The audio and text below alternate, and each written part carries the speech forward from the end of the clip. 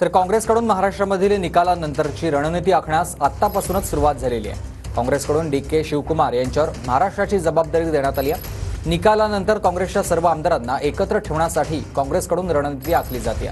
शिवकुमार निकालाच्या दिवशीच मुंबईत येणार असल्याचीही माहिती आहे।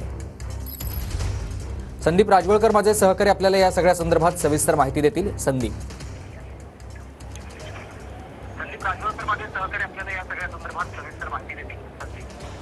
खरं तर अजून मतदानाची प्रक्रिया देखील सुरू झालेली नाही, मात्र महाराष्ट्राच्या निकालानंतरची रणनीती आतापासूनच काँग्रेसकडून ठरवली जाते।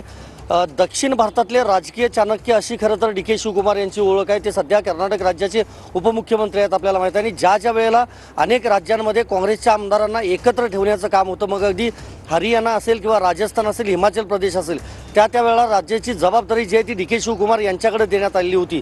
ज्यावेळेला 2019 साली सगळा सत्ता संघर्ष महाराष्ट्रामध्ये सुरू होता, त्यावेळेला देखील स्वतः DK शिवकुमार हे मुंबईत आलेले होते। त्यामुळे निकालानंतर काँग्रेसच्या सगळ्या आमदारांना एकत्र ठेवण्याची जबाबदारी जी आहे ती काँग्रेस हायकमांडने DK शिवकुमार यांच्याकडे दिल्याची आपल्याला माहिती समजते।